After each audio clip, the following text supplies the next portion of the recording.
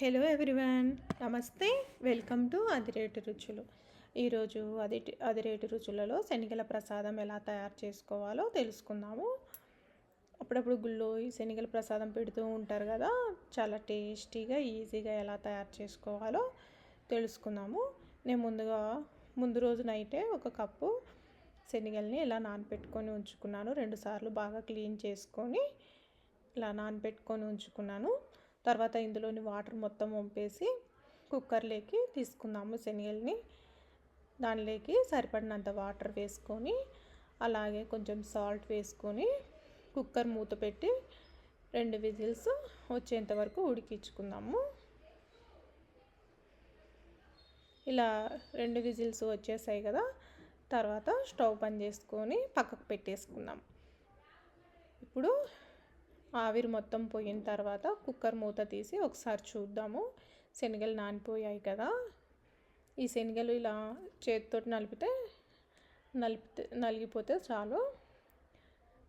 అంతే, ఇవి శనగలు నానిపోయాయి కదా, మొత్తం వాటర్ మొత్తం వడగొట్టేసుకొని పక్కన పెట్టేసుకుందాము. ఇప్పుడు ఒక స్టవ్ వెలిగించి ఒక ప్యాన్లో 1 టేబుల్ స్పూన్ ఆయిల్ వేసేసుకొని అందులోకి 1/2 టేబుల్ స్పూన్ జీరా వేసుకుందాము. అలాగే ఈ జీరా కాస్త వేగిన తర్వాత అందులోకి కాస్త ఆవాలు, అలాగే 4-5 పచ్చిమిర్చి సన్నగా పొడవుగా కట్ చేసి వేసుకున్నాను. ఈ పచ్చిమిర్చి కాస్త ఫ్రై అయిన తర్వాత ఇందులోకి ఒక రెమ్మ కరివేపాకు వేసుకొని ఫ్రై చేసుకుందాము. ఇలా ఫ్రై అయిన తర్వాత అందులోకి కాస్త ఇంగువ వేసుకుందాము. ఇలా ఇంగు వేసిన తర్వాత అందులోకి 1/2 టేబుల్ స్పూన్ పసుపు, ఇది కూడా కాస్త వేగిన తర్వాత ఇందులోకి మనం స్ట్రెయిన్ చేసి పెట్టుకున్న శనగలను వేసేసుకుందాము. శనగలను వేసి 2 నిమిషాల పాటు వేయించుకుంటే సరిపోతుంది, ఎక్కువ వేయించాల్సిన అవసరం ఏం లేదు. ఇలా కాస్త వేగిన తర్వాత ఇందులోకి నేను కొబ్బరి తురుము పెట్టుకున్నాను. అందులోకి ఒక గుప్పెడు తురుము వేస్తున్నాను, కొబ్బరి తురుము.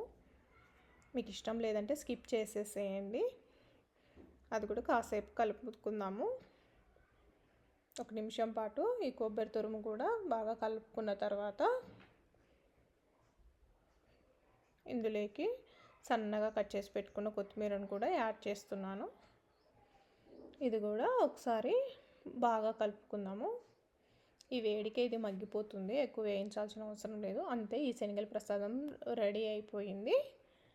అంతే, చాలా ఈజీగా టేస్టీగా చేసుకునే శనగల ప్రసాదం రెడీ. చాలా తక్కువ టైంలో చేసుకోవచ్చు. మీకు నా వీడియో నచ్చినట్లయితే లైక్ చేసి సబ్స్క్రైబ్ చేయండి. అలాగే ఈ రెసిపీ ఎలా వచ్చిందో కామెంట్ చేసి చెప్పండి. Thank you everyone.